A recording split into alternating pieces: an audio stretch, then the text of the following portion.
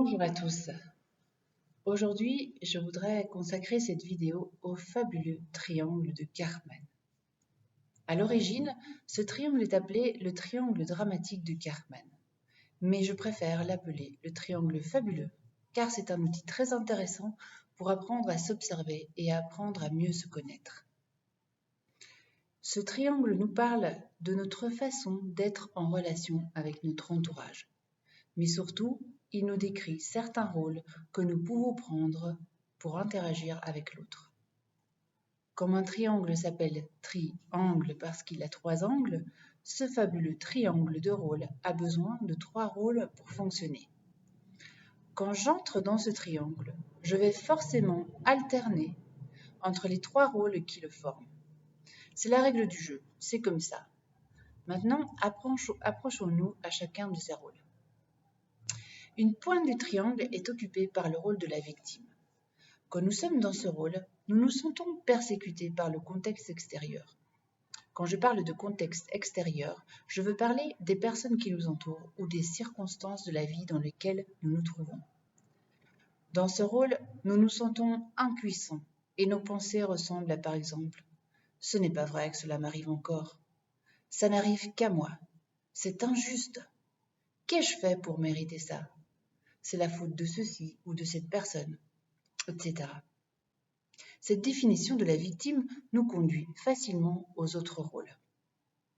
S'il existe une victime, il existe forcément son contraire, le bourreau. Dans ce rôle, nous voulons contrôler le contexte extérieur dans lequel nous vivons. Cette nécessité de contrôler nous fait imposer nos règles, notre perception des choses ou nos désirs. Le bourreau crée une illusion de contrôle sur le contexte extérieur, car il se sent impuissant dans ce contexte. Quand nous sommes dans le rôle du bourreau, nous avons des pensées du type « je dois » ou « tu dois faire comme ça ». Ce n'est pas comme ça qu'il faut faire. Tu ne peux pas ressentir ceci ou penser cela.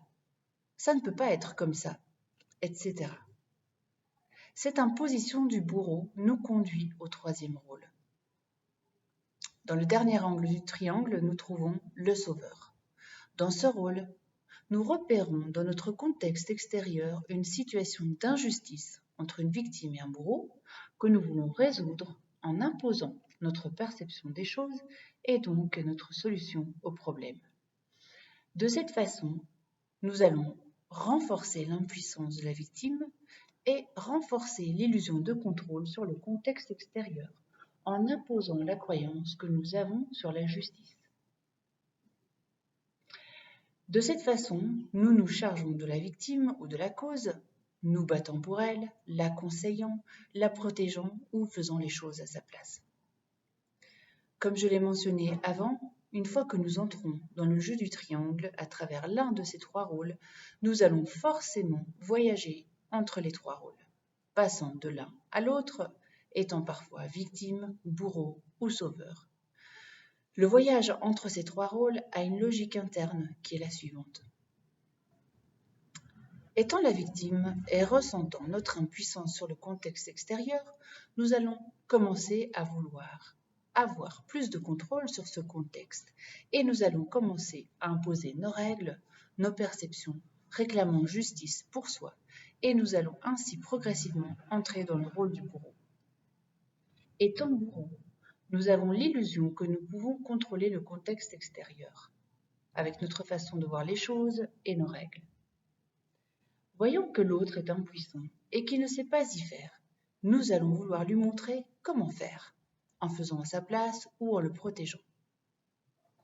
Nous entrons de cette façon dans le rôle du sauveur. Mais comme ce contrôle est seulement une illusion, de nouveau, nous allons nous cogner contre notre impuissance sur le contexte extérieur et nous rendre compte que nous ne pouvons pas sauver l'autre si cet autre n'a pas décidé de se sauver lui-même.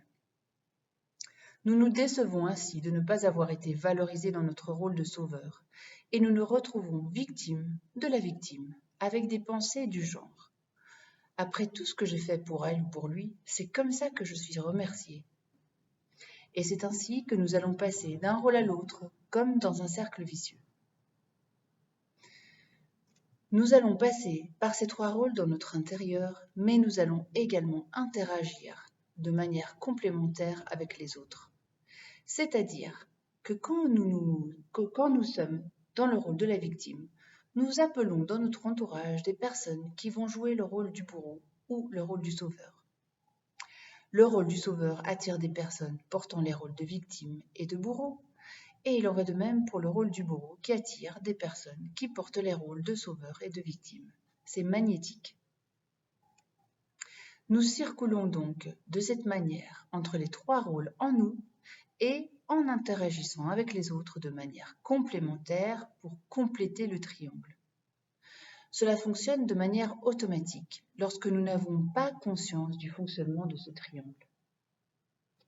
Ce triangle est à mes yeux fabuleux, car une fois que nous comprenons comment il fonctionne et l'interdépendance des trois rôles, nous pouvons commencer à nous observer selon cette perspective. Observer que quand nous nous retrouvons dans une situation conflictuelle ou qui nous fait souffrir, dans quel rôle nous nous sommes placés. Et seulement observer, sans se juger soi-même ou l'autre. Observer aussi que si notre attention est placée sur l'autre et que nous détectons chez l'autre l'un de ces trois rôles, c'est probablement que nous sommes en train d'interagir de manière complémentaire avec lui au travers d'attitudes ou de pensées liées à l'un des autres rôles. Ce qui est important de nouveau ici, c'est de se rendre compte que quand nous nous sentons victimes, bourreaux ou sauveurs, c'est que nous portons notre attention sur le contexte extérieur, les autres ou les circonstances. Et ça, c'est le signal que c'est le moment pour nous de se retourner vers soi et de s'observer soi-même. Observer ce que nous ressentons quand nous nous rendons compte que nous sommes dans un de ces rôles. Quelles sont nos pensées? À quelle croyance cela est-il lié? Aussi, cette attention que nous portons au contexte extérieur, quand nous sommes dans l'un de ces rôles, nous indique que comme nous nous rendons compte que nous n'avons pas de contrôle sur le contexte extérieur, nous nous soumettons à lui, dans le cas de la victime, ou nous tentons de le contrôler, dans le cas du bourreau ou du sauveur. Et le passage d'un rôle à un autre est un chemin sans issue entre des pensées du type « je suis impuissant, donc j'essaye de contrôler », mais « je suis impuissant, donc j'essaye de contrôler ». Et la seule issue de cette équation sans solution est d'accepter que nous n'avons aucun contrôle sur le contexte extérieur. Et ce qui reste ainsi de cette équation, c'est soi. Arriver à cette conclusion nous permet de retrouver la responsabilité que nous avons dans ce que nous vivons et comment nous le vivons. Cette conclusion est importante, car si nous sommes responsables de ce que nous vivons et de comment nous le vivons, cela veut aussi dire que nous avons la possibilité de changer ce que nous vivons et comment nous le vivons. Mais de nouveau, quand je me rends compte que ce qu'il reste de l'équation de départ, c'est soi, nous arrivons à nous demander « mais qui est ce soi? Qui suis-je » Et ainsi, de nouveau, nous découvrons qui nous sommes en nous observant dans ces rôles, en observant ce que nous ressentons, ce que nous pensons, quelles sont nos croyances qui y sont liées. De nouveau, observons sans juger. Ce que nous trouvons n'est pas bien, n'est pas mauvais, c'est juste là. J'espère parvenir à me faire comprendre dans ce que je souhaite vous partager. J'espère que cela puisse vous servir sur votre propre chemin. J'insiste sur le fait que je n'ai aucune vérité à vous vendre, chacun trouve la sienne, ce sont juste seulement des pistes d'exploration que je vous propose. Je vous laisse ici avec ce thème en vous souhaitant de vous observer et d'expérimenter votre « qui suis-je ». Je vous remercie de m'avoir accompagné durant cette vidéo et si vous y avez trouvé un quelconque intérêt, merci de me le faire savoir par vos likes et vos abonnements. Merci.